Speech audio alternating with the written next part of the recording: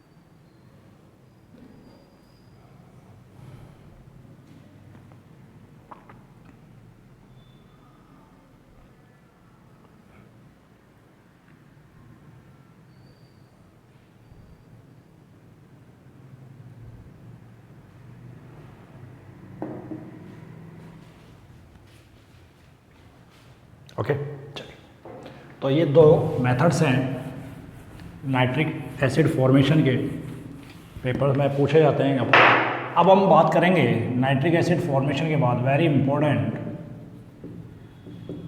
Structure of nitric acid. Structure of nitric acid, nitric अम्ल की संरचना, ठीक है। अब इसमें हम क्या क्या डिस्कस करेंगे? एक तो पूरा नाइट्रिक एसिड, और एक हम डिस्कस करेंगे नाइट्रेट आयन के स्ट्रक्चर को डिस्कस करेंगे। पहले हम नाइट्रिक एसिड की स्ट्रक्चर डिस्कस करते हैं। नाइट्रिक एसिड में HO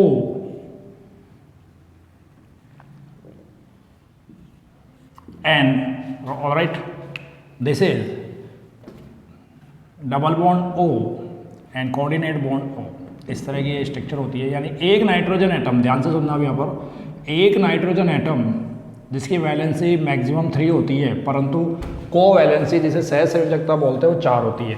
तो वो नाइट्रोजन 3 ऑक्सीजन से इस तरह से जुड़ा होता है। एक नाइट्रोजन इस ऑक्सीजन से सिंगल बॉन्ड से, एक नाइट्रोजन इस ऑक्सीजन से डबल बॉन्ड से।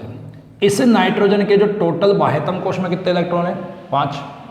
5 में से 2 इलेक्ट्रॉनों को यहाँ यूज करता है एक इलेक्ट्रॉन यहाँ यूज करता है। तो इसका अल्लाह बेटा टोटल कितने हो गए 3, 2 इलेक्ट्रॉन वो डोनेट करता है, उनको दान करता है, किसको, इस ऑक्सीजन को, कोऑर्डिनेट। क्योंकि नाइट्रोजन हमने पहले भी पढ़ा हुआ है इस चैप्टर में कि नाइट्रोजन की वैलेंसी जो होती है 5 तक नहीं जा सकती क्योंकि डी कक्षक नहीं होता, लेकिन सह संयोजकता जिसको अपन कोवैलेंसी बोलते हैं वो 4 हो सकती है, वो कोऑर्डिनेट बॉन्ड बना के हो सकती है। तो इस केस में इसकी स्ट्रक्चर बनती है, ठीक है ना। अब अगर जरूरी नहीं है डबल बॉन्ड यहाँ पर हो सकता है डबल बॉन्ड यहाँ हो, कोऑर्डिनेट बॉन्ड यहाँ पर हो। भैया ये भी तो पॉसिबिलिटी है ना, तो ये पॉसिबिलिटी ऐसे बन जाती है। कहानी समझ में आई। तो बात कुल मिला के यह है कि ओवरऑल जब अपन इसकी स्ट्रक्चर देखते हैं HNO3 की, तो यहाँ पर एक बॉन्ड तो बनता है, वो कितने तरह के बॉन्ड बन रहे हैं, HO बॉन्ड बन रहा है, ठीक है ना। बॉन्ड्स कितने तरह के बॉन्ड्स बन रहे हैं, बॉन्ड्स इन HNO3। तो बेटा एक तो बन रहा है फर्स्ट HO बॉन्ड, एक बन रहा है इसको देखो सेकेंड वाले को ON बॉन्ड, और एक 2 बन रहे हैं, ये इनकी टोटल संख्या कितनी है 1, इसकी कितनी है 1, और NO इस तरह से दिखा देता हूं, दिस वन O, ऐसे बॉन्ड 2 बन रहे हैं। ये मैंने इसलिए शो किया ताकि आपको पता लगे देखो बॉन्ड यहां पर भी था, यहां पर भी था, हो सकता है अगली बार डबल बॉन्ड यहाँ हो, कोऑर्डिनेट बॉन्ड, तो अपन ने इसको इस तरह शो कर दिया।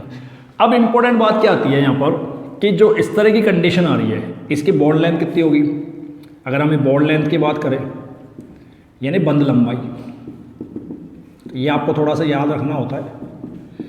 HO बॉन्ड लेंथ जो होती है वो 96 पिकोमीटर होती है, ऑलराइट। ON बॉन्ड लेंथ थोड़ी लंबी होती है, बड़ी होती है, ठीक है, तो ये हो जाती है 140.6 पिकोमीटर, ये आपको याद रखना है। अब ध्यान से सुनिए, डबल बॉन्ड की लंबाई सिंगल बॉन्ड से हमेशा क्या होती है, कम होती है, छोटा होता है डबल बॉन्ड। लेकिन यहाँ पर सर कौन से वाला डबल बॉन्ड माने, ये माने ये माने, ये तो बराबर ही बात आ रही है। तो इस वजह से चूंकि अनुनादी संरचना जैसा दिख रहा है ये, तो ये वाला जो बॉन्ड है, दोनों ये वाले बॉन्ड, इनकी औसत लंबाई देखी जाती है कि हो सकता है ये डबल बॉन्ड हो तो अलग लंबाई, पर अब तो ये कोऑर्डिनेट, तो दोनों का एवरेज निकलता है, वो एवरेज निकलता है अप्रोक्स 121 पिकोमीटर। तो ये तो बॉन्ड लेंथ हो गई, ठीक है ना। अब बॉन्ड एंगल्स की बात करें, या 2 तरह के बॉन्ड एंगल्स की बात मैं करूंगा, बंध कोण। तो एक तो HON, ये बॉन्ड एंगल देख लेते हैं, और एक बॉन्ड देख रहे हैं ONO, दिस इज। इनके जो एंगल्स की वैल्यू आएगी HON, ये अप्रोक्स होता है 102 डिग्री, कितना होता है 102 डिग्री, ठीक है ना। और ये वाला जो बॉन्ड एंगल होता है ये कितना होता है बेटा, इधर 130 डिग्री। ये आपको याद रखना है। कहानी समझ में आ गई। This is the structure of HNO3।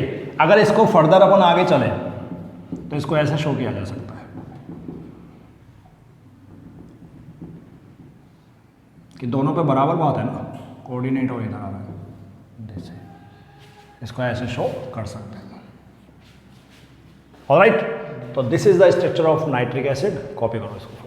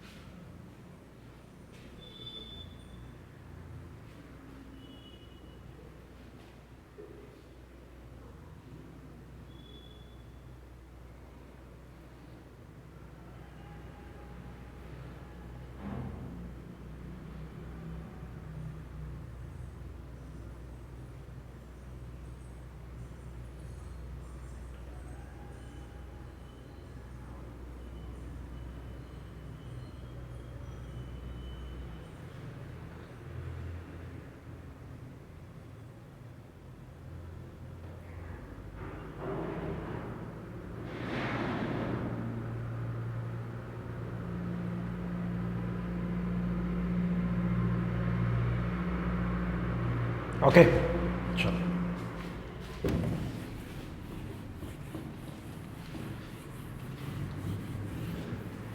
अब हम बात करते हैं एक important structure of nitrate ion, और इसको अगर हम ये बोलें canonical structure of nitrate ion, ये ज़्यादा बेटर होगा। ओके, कैनोनिकल वाला होता है अनुनादी। तो हम यहाँ बात कर रहे हैं नाइट्रेट आयन के अनुनादी संरचना। सबसे पहले तो आपको ये बता दूं कि नाइट्रेट आयन बना कैसे है। अगर मैं नाइट्रेट एसिड को जलीय विलयन के रूप में लेकर आऊँ, यानी इसका एक्वस सॉल्यूशन बनाऊँ, तो चूंकि ये एसिड है बहुत स्ट्रॉन्ग, ये वाटर में H+ और NO3- के रूप में टूट जाएगा, कॉल्ड एज नाइट्रेट आयन, और इसको बोलेंगे हाइड्रोजन आयन, इसको प्रोटॉन भी बोलते हैं, ठीक है ना। तो ये नाइट्रेट बन गया। अब इसमें आप देख रहे हैं एक नाइट्रोजन कितने ऑक्सीजन से ऐड हो रहा है, 3। किस तरह से ऐड हो रहा है, अगर हम इसको देखें तो क्या इसका हाइब्रिडाइजेशन निकाल सकते हैं, नाइट्रोजन का संकरण निकाल सकते हैं। लास्ट टाइम पढ़ा था आपने, संकरण क्या होगा बताइए, नाइट्रोजन का संकरण क्या होगा, कैसे निकालोगे। H½ नाइट्रोजन के वैलेंस शेल में कितने इलेक्ट्रॉन होते हैं, 5 प्लस। क्या यहाँ पर कोई ऐसा एटम है जिसकी वैलेंसी 1 हो, या ऑक्सीजन है और इसकी वैलेंसी कितनी होती है, 2, तो मॉस नहीं है। क्या चार्ज है, बिल्कुल है। कौन सा चार्ज है, माइनस चार्ज। जब माइनस होता है तो वो ऐड हो जाता है, जब प्लस होता है तो माइनस हो जाता है। तो यहाँ पे कितना चार्ज है, 1। This implies HS equals to ½ into 6 equals to 3। तो ये जो वैल्यू आई है, ये वैल्यू कितनी आई है, 3। और 3 वाली वैल्यू के केस में हम बात करते हैं कि ऐसी, यानी जो संकरण होगा, हाइब्रिडाइजेशन होगा, कितने ऑर्बिटल बनेंगे, उसमें कितने भाग लेंगे, तो वो टोटल कितने लेंगे, 3। और 3 में से एक कन्फर्म होता है, एक S होता है। अगर एक S होगा तो बाकी कौन बनेंगे, 2P। तो यहाँ पर HS of nitrogen in NO3-, वो कैसे क्या निकलेगी, Sp2। तो Sp2 निकलेगी। जब Sp2 आ रही है तो हम ये मान के चलते हैं कि इसकी जो स्ट्रक्चर है वो क्या होगी, ट्राइगोनल। कैसे होगी, ट्राइगोनल प्लेनर, त्रिकोणीय समतलीय, ये होगी NO3-। चलो इसको ड्रॉ करते हैं। N भाई यही तो बनेगा ऐसे, इसी को तो बोलोगे आप, ठीक है ना। ऐड कर दो इनको, ट्राइंगल बन जाएगा, ट्राइगोनल प्लेनर हो जाएगा। एक प्लेन में अगर ऐसे रखूँ मैं सीधा, बीच में N O, एक ऑक्सीजन यहाँ, एक यहाँ, एक यहाँ। अब ये देखना है हमें कि कितना चार्ज है इसमें, -1। तो कैसे होगा कि नाइट्रोजन एक ऑक्सीजन के साथ तो बना लेगा डबल बॉन्ड, और बाकी 2 के साथ बनाएगा ये इस तरह से। अब इन दोनों, देखो ध्यान से, ऑक्सीजन के आउटर मोस्ट शेल में कितने इलेक्ट्रॉन होते हैं, 6। वो 6 के 6 दोनों में दिख रहे हैं। इसके लिए इन्होंने तो पार्टिसिपेट नहीं किया। जो बॉन्ड बना उसमें दोनों इलेक्ट्रॉन किसने दिए हैं, इसने दिए हैं। इस पर कौन सा चार्ज आ जाएगा, पॉजिटिव। इन पर क्या आ जाएगा, नेगेटिव। अब रेजोनेंस, ये पाई बॉन्ड हम एक बार यहाँ शिफ्ट कर दें। इसको मैं एटम A दे दूँ, इसको B दे दूँ, इसको C दे दूँ, और एक लोन पे यहाँ शिफ्ट कर दें। पढ़ा है ना रेजोनेंस तो लास्ट ईयर।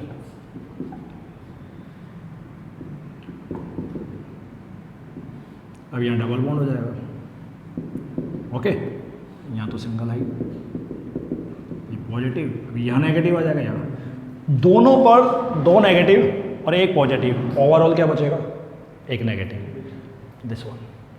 एक स्ट्रक्चर और बन सकती है, बिल्कुल बन सकती है, कि अगर मैं इस वाले pi bond, lone pair of electron को यहाँ ले आऊँ और इस डबल बॉन्ड को वापस यहाँ ले आऊँ, ठीक है, इस पाई बॉन्ड को यहाँ ले आऊँ, तो क्या केस बनेगा,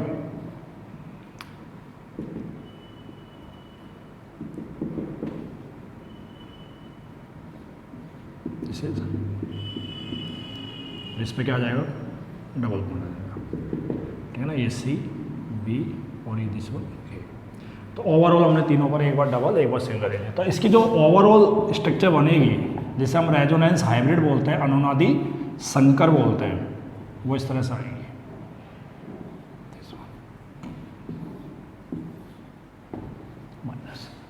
तो ये जो बना, ये बना resonance hybrid of NO3 minus आयन, अनुनादी संकर,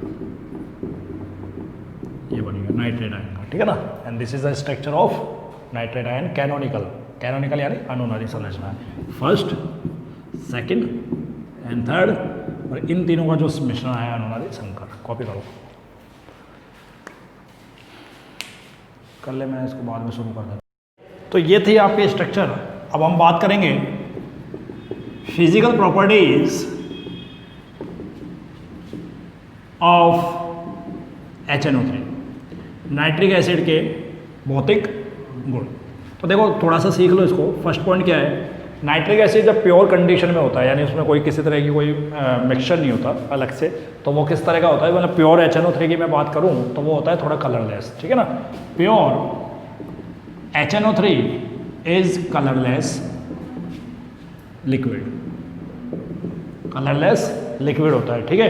प्योर HNO3 क्या होगा, कलरलेस लिक्विड होगा।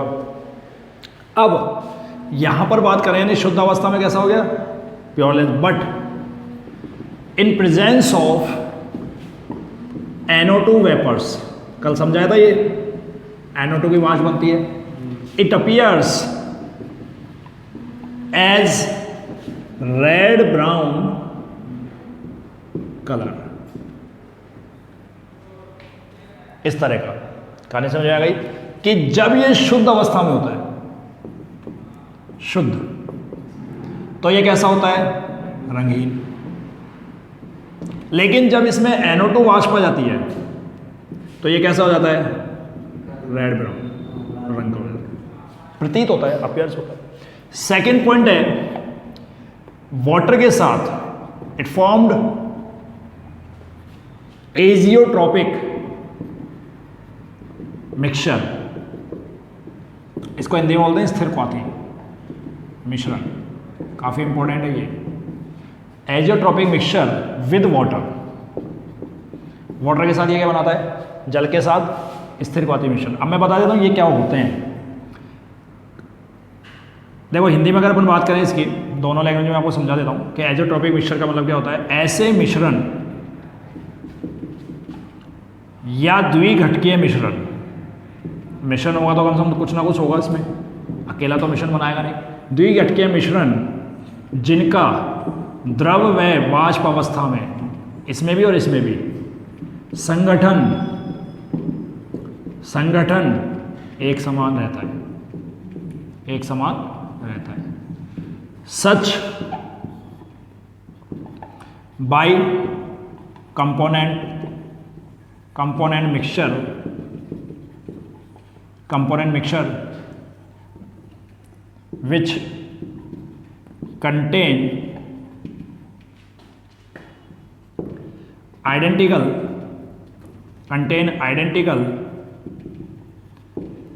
composition in vapor or and liquid phase। समझ में आ रही कहानी कि वाष्प और द्रव अवस्था में इनका संगठन क्या रहता है। अब इसका मैं मतलब समझाता हूं क्या है। मान लीजिए इसकी जो बात कर रहा हूं एजियोट्रॉपिक, 68% इसके अंदर होता है HNO3 प्लस 32% क्या होता है, वाटर होता है, ठीक है। ये दिस इज वाटर, ये लिक्विड फॉर्म में सपोज करो। अब मैंने इसको क्या कर दिया, वाष्प में बदल दिया। तो जब मैं इसके वेपर को ढूंढूंगा ना, वेपर देखूंगा, तो वेपर में अपने के दिमाग में क्या रहता है कि वाटर कम हो गया, पर अगर HNO3 ऊपर जाएगा तो उस कंडीशन में भी ये कितना रहेगा और ये कितना रहेगा। तो वेपर फेज में भी इसका संगठन चेंज नहीं हुआ। अगर रेशो की बात करूँ, अनुपात, अगर ये मान लो सपोज करो ये 1:2 अनुपात है लिक्विड में, तो वेपर में भी कितना रहेगा, 1:2। तो एक तो ये केस हो गया। अब इस केस में boiling point of azeotropic mixture, कहानी समझ में आ रही है। यानी इस मिश्रण का क्या होगा, क्वथनांक की बात करेंगे, क्वथनांक की बात कर रहा हूं मैं। इस मिश्रण का क्वथनांक जो होता है वो थोड़ा सा ज़्यादा होता है, 395, अप्रोक्स 395। कितना होता है, 395। बात समझ में आ गई। आगे की बात करें तो देखिए दो प्रॉपर्टी तो ये हो गई। अब मैं थोड़ा सा आपको बताऊं यहाँ पर थर्ड पॉइंट की बात करें, boiling point of HNO3। Sir अभी तो बताया आपने, बिल्कुल बताया, लेकिन अभी जो मैंने बताया वो किसके बेस पर बताया है, वो किसके बेस पर बताया इसके। लेकिन अब मैं बताऊंगा अगर वाटर नहीं है, मैंने उसको कंसंट्रेट कर दिया, अब उसको बॉईल कर रहा हूँ, तो इसका जो बॉइलिंग पॉइंट आता है वो अप्रोक्स 355 केल्विन से 359 केल्विन आता है। कहानी समझ आ गई। तो अंतर ध्यान रखना, ये तो एजियोट्रॉपिक मिक्सचर का बॉइलिंग पॉइंट है, और ये विदाउट वाटर जो HNO3 है उसका बॉइलिंग पॉइंट है। बात समझ में आ गई ना, ये आपको ध्यान रखना पड़ेगा। एक और पॉइंट ले लेते हैं कि HNO3 की जो प्रकृति होती है, nature of HNO3, nature of HNO3 for skin, त्वचा के लिए अपन अगर बात करें, कोरहेसिव, ठीक है ना। HNO3 त्वचा के लिए संक्षारक की प्रकृति रखती है, मतलब कोरहेसिव नेचर है इसका। बॉडी पे गिरा दो जल जाएगी शायद, होता है। संक्षारण क्या होता है, उसको खराब कर देगी सतह को, है ना। और वो तो इसका है कि पता है स्ट्रॉन्ग HNO जो ये है स्ट्रॉन्ग एसिड है, इस वजह से। तो ये कुछ फिजिकल प्रॉपर्टीज़ हैं, स्पेशली आपको कहाँ ध्यान देना है, फर्स्ट, सेकंड, थर्ड तो इससे कंपेयर हो जाएगा। तो ये कंप्लीट हो गई फिजिकल प्रॉपर्टीज। कल अपन डिस्कस करेंगे केमिकल प्रॉपर्टीज़ के बारे में। ओके।